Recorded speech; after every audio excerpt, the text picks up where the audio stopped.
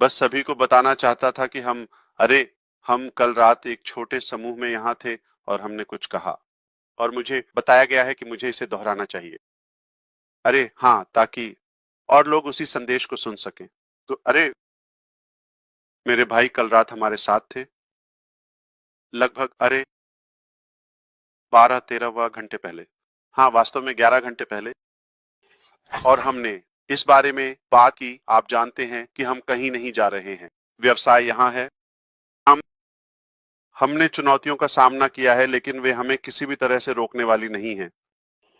कुछ प्रयास हुए हैं, ठीक है, मुझे यकीन है आप जानते हैं उनमें से कुछ हमें नीचे लाने के लिए, व्यक्तिगत स्तर पर, व्यवसाय स्तर पर। और कोई आश्चर्य नहीं कि मैं देख रहा था। बस एक साइड नोट युगांडा के बारे में। एक देश जैसे युगांडा में सबसे बड़ा राजस्व उत्पन्न करने वाला, अगर आप इसे देखें तो वह सोना है, ठीक है, 2.2 अरब। जब कुछ कंपनियां, कुछ बड़ी तकनीकी और ये यह एक पूरे अर्थव्यवस्था, एक पूरे देश के बराबर है। सिद्धांत है कि धन संसाधन पृथ्वी पर कमी नहीं, वितरण में अन्याय है।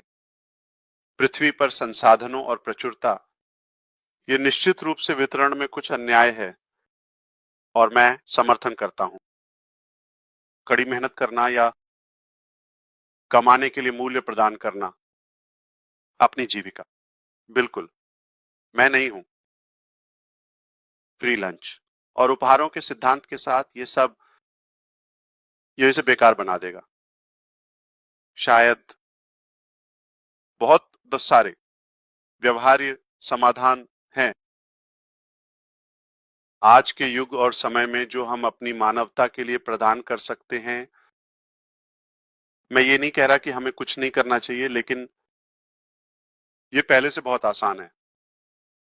अब 2025 के बारे में बात करते हुए, आगे बढ़ते हुए, प्रौद्योगिकियां, इंटरनेट, एआई की शक्ति और ये सभी अद्भुत। अरे आप जानते हैं आजकल हमारे पास जो शक्तियां हैं वे हमारी जिंदगी को आसान बना सकते हैं। हमने ऐसा जीवन जिया है कि हम काम कर सकते हैं, हम मूल्य प्रदान कर सकते हैं।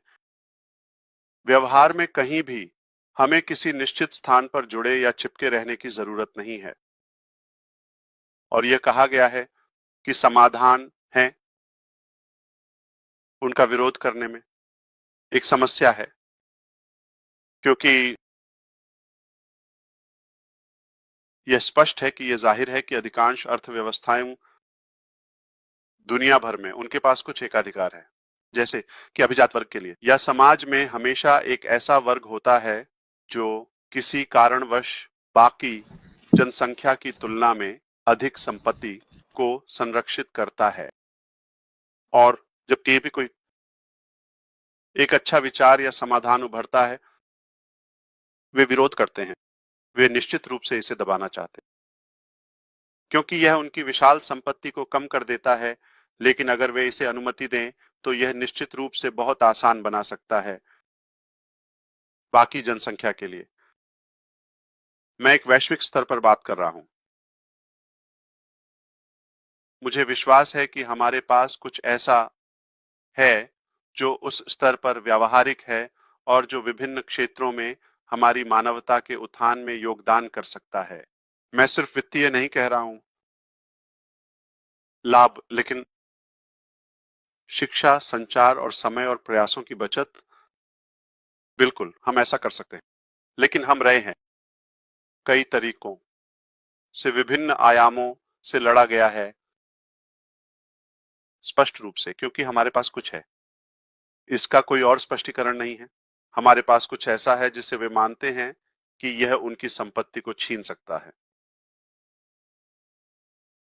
मुझे नहीं लगता कि यह बहुत आश्चर्यजनक है अगर आप हमारी यात्रा का पालन कर रहे हैं कि कुछ गंभीर प्रयास हुए हैं, कुछ गंभीर प्रयास किए गए हैं हमें नीचा दिखाने के लिए, हमारे प्रयासों को दुनिया में लाने में कमतर करने के लिए। स्पष्ट रूप से हम अभी भी यहां, हम कहीं नहीं जा रहे हैं। वे सफल नहीं होंगे क्योंकि हमें विश्वास है कि इसकी आवश्यकता है, कि हमारे पास इसे लाने का पूरा अधिकार है। सार्वजनिक रूप ये हमारा है। एक तरह से संपत्ति और उचितता, जैसे कि बौद्धिक संपत्ति भी, यह हमारी मेहनत है, ये हमारा दिल और जुनून है, और किसी को भी इसे दबाना नहीं चाहिए। हालांकि वे अभी भी कोशिश करते हैं, लेकिन मुझे नहीं लगता कि वे सफल होने वाले हैं। वे आपकी कल्पना से कहीं ज्यादा मेहनत कर रहे हैं, और मैं किसी विशेष बात नहीं कर रहा हूं। स्रोत, मैं कई के बारे में बात कर रहा हूं, और सच्चाई ये है, वे सफल नहीं होंगे। हम सफल होंगे, हम करेंगे। मेरे पास अपने कारण हैं, मेरे पास मेरे सबूत हैं। हम किसी भी तरह से दोषी नहीं हैं। हम परफेक्ट नहीं हैं। मैं चाहता हूं कुछ नियमित नियम, आप जानते हैं, ताकि निगरानी और पुलिसिंग करें। आप जानते हैं, उस कहें इंटरनेट स्पेस एक तरह से। लेकिन शायद जो अब हो रहा है वो ऐसा है जैसे वे अच्छे लोगों और बुरे लोगों को एक ही बकेट में मिला रहे हैं, और यह अन्यायपूर्ण है। तो हम किसी और की असफलता या ईर्ष्या की कीमत चुका रहे हैं। एक तरह से ये चला जाएगा, क्योंकि हम कहीं नहीं जा रहे हैं, और हमारे लिए कोई योजना भी नहीं है, योजना ए बी सी और जे। हम यहाँ अपनी मानवता के लिए कुछ अच्छा लाने के लिए हैं। हम प्रतिबद्ध हैं। मैं इस दिन को नहीं बदलना चाहता। ये हमारे भाई का खास दिन है, विषय या संवाद, लेकिन यह हम सभी के लिए एक बहुत खास दिन है, क्योंकि यह हमारे भाई का है। अरे, आप जानते हैं, लेकिन हम हमारे सबसे अच्छे भाई का जन्मदिन। मुझे लगा कि मुझे बस एक याद दिलाने की जरूरत है। हम सभी के लिए एक तरह का उपहार। ये उसे खुश करता है, मुझे पता है, क्योंकि उसे परवाह है। और हमने कहा है, आप जानते हैं, थोड़ा कभी भी काफी नहीं। इस यात्रा में वह कितना महत्वपूर्ण है, और हम व्यक्तिगत स्तर पर कितने अद्भुत आदमी हैं। भाई के रूप में, एक दोस्त से ज्यादा उसे पाकर हम भाग्यशाली हैं। बिल्कुल, आप जानते हैं, हम इतने करीब आ गए कि हम धन्य हैं। ये हमारे लिए लाखों से ज्यादा कीमती है। हम अपने जीवन में उसके जैसे किसी और व्यक्ति से नहीं मिलते, और उसने हम सभी को सकारात्मक रूप से पूरे ग्लोब में प्रेरित किया है। नहीं, आप जानते हैं, किसी भी जगह को भूलना नहीं। वह केवल प्यार और दिल से बना है, और उसमें कभी कुछ बुरा या नकारात्मक नहीं है। भगवान न करे, आप जानते हैं कि ये उससे आएगा। सिर्फ मैं ये स्पष्ट रूप से कह रहा हूं,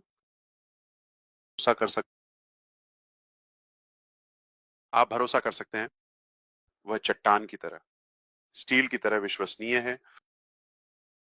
वह आदमी सच में असली है। ठीक है, तो हम फिर से धन्य हैं। हमने कल रात थोड़ा सा कहा था, हम कभी भी पर्याप्त नहीं कह सकते, और मैं इसे सच में कह रहा हूं। इसके लिए हम तुमसे प्यार करते हैं। मैं यह नहीं कहना चाहता कि मैं तुमसे प्यार करता हूं, क्योंकि मैं जानता हूं कि एक ही भावना साझा करते हैं।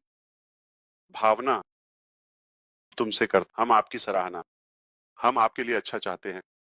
आप अपनी उम्र के नहीं लगते, सच में। मैं इसे कह रहा हूं, आपका दिल निश्चित रूप से ऐसा नहीं है। और जेडन की आवाज में एक मर्दाना लहजा है, जैसे कि वह और भी माचो है। भगवान, वह तो और भी मर्दाना है। आवाज के मामले में वह बिल्कुल भी 30 नहीं लगता। कोई रास्ता नहीं। हम हैं, हम सच में, हम आभारी हैं कि आप अपने परिवार को साझा कर रहे हैं, उन्हें सभी के घर लाते हैं, और हमें उनका एक हिस्सा देते हैं। ये बताता है कि आपके पास छिपाने के लिए कुछ नहीं है, आप बाहर हैं। हमने आपके पोते पोतियों, जाहिर है आपकी पत्नी, और हम विवरण जानते हैं। केवल एक व्यक्ति के पास कुछ नहीं होता सिवाय इसके, आप जानते हैं, वास्तविकता और ईमानदारी जो इसे साझा करेगी। तो मुद्दे पर वापस आते हैं। हम कहीं नहीं जा रहे हैं, हम यहाँ हैं। वे हमें नीचे नहीं लाने वाले हैं। मैंने पहले भी कहा था, मैं इसे हर बार हमेशा कहूंगा। मैं केवल यह मानता हूं कि केवल भगवान ही हमें नीचे गिरा सकता है।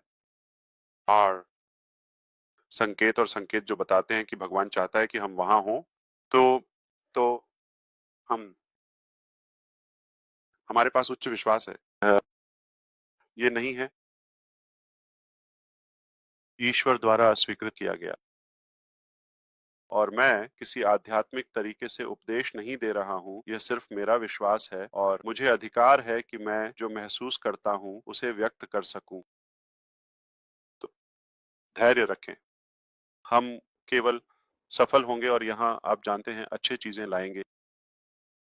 इस नोट पर मैं इसे वापस सौंपने जा रहा हूं। वह बहुत विशेष व्यक्ति है जिसे हम सभी प्रशंसा करते हैं। मुझे लगता है कि वह डी गर्मो का जुड़वा। वो भाई क्रिस, इसे वापस लो।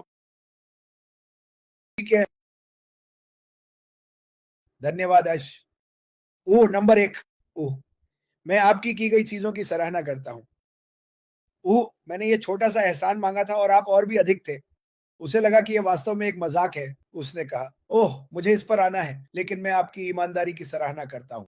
मैं आपकी ईमानदारी सराहना करता हूँ।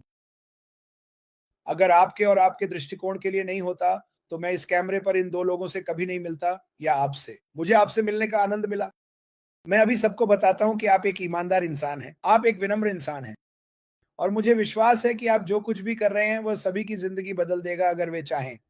मेरा मतलब है यही यहाँ चुनाव है। लेकिन आज यहाँ आकर हमारे भाई को प्रभावित करने के लिए प्रेज़ का पूरा परिवार वहाँ होना मेरे दिन को बना देता है, ये दिखाने के लिए कि मार्टी डिगार्मो एक असली इंसान है। उसमें कुछ भी नकली नहीं है। वह गंदे डायपर के साथ बाहर आता है। ठीक है, उस पर नहीं बल्कि जैकब पर। और आप जानते हैं चाहे जो भी हो वह हम सभी के लिए हफ्ते में 7 दिन वहाँ है। लेकिन मैं आपकी और कॉलिंस की यहाँ आने की सराहना करता हूँ। मुझे वह संदेश बहुत पसंद आया जो आपने अभी साझा किया। मुझे ये कल रात बहुत पसंद आया। मैं आशा करता हूँ कि सभी इसे सुनें। आपकी आवाज़ में कंटेम्प्ट, जब आप ऐसा कुछ कहते हैं तो आपके चेहरे पर जो भाव होता है, ये सिर्फ इस आदमी के लिए नहीं है जिसे अशमुफारा कहा जाता है। उसने ये हम सभी के लिए बनाया है और यही वजह है कि मुझे ये पसंद है। कोई और ऐसा कभी नहीं किया। मैंने कभी ऐसा कोई नहीं देखा। तो हम आपकी सराहना करते हैं। हम डिगार्मो की सराहना करते हैं। आप जानते हैं 65 साल के हैं। ये तो पुराना है यार। उसे देखो, वह अभी ज़िंदा है और वह मुझे हर दिन बेहतर बनने के लिए प्रेरित करता है। कितनी मोमबत्तियां बुझानी है? मेरा मतलब हाँ, उसके पास उन लोगों के लिए जगह नहीं है। एक टायर जलाओ या कुछ ऐसा। हाँ, उसमें बहुत ताकत है, लेकिन मुझे नहीं पता कि क्या वह 65 मोमबत्तियां बुझा सकता है। तो डॉन शायद 6 और 5, आप जानते हैं, 2 मोमबत्तियां बुझाएगा, लेकिन हम उसकी बहुत सराहना करते हैं। और इस पैनल पे हर कोई ये हर दिन करता है।